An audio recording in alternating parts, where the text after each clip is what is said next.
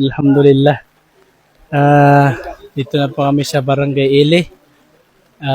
Yung mga kapatid natin na balik Islam dito.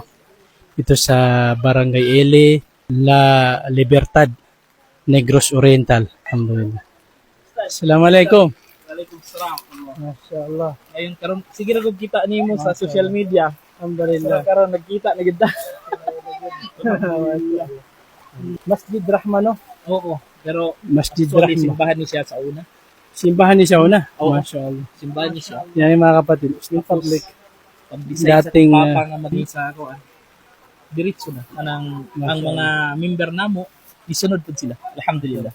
So, ibig sabihin, Ro, yung papa mo, ano pala siya? Siya yung pastor namin. Pastor, anong Oo, religion po? Foundation of the Church Divine Life. So, dating pastor. Oo. Tapos? Ano po siya, solemnizing officer at saka yung license siya is ano po siya, national preacher din po siya sa sa grupo namin. Alhamdulillah. Tapos, nag-Muslim siya. Oo po. Siya po, papa. Ay, ano, no? Okay, ano, Ustad? Inshallah.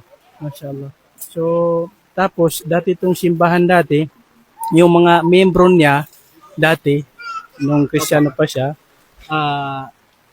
Pag-decide niya po na mag-Muslim una, Muslim din po. nag-Muslim na rin po yung mga, ano, kasi yung paninindigan nila is yung pastor nga namin na siya yung nakakaalam sa kung ano yung aral sa ating relihiyon is nag-Muslim na, iniwan na ito. So, sino pa tayo para yung, tatayo o yung mas maalam ngayon, magmamatigas? nag-Muslim Opo, eh. Hindi yung po mas ba? maalam sa relihiyon na ating inaaniban is nag-Muslim na. So, ano pa tayo? Bakit magmamatigas tayo? Allahu Akbar. Alhamdulillah. Pero pinag-aralan din naman siguro nila.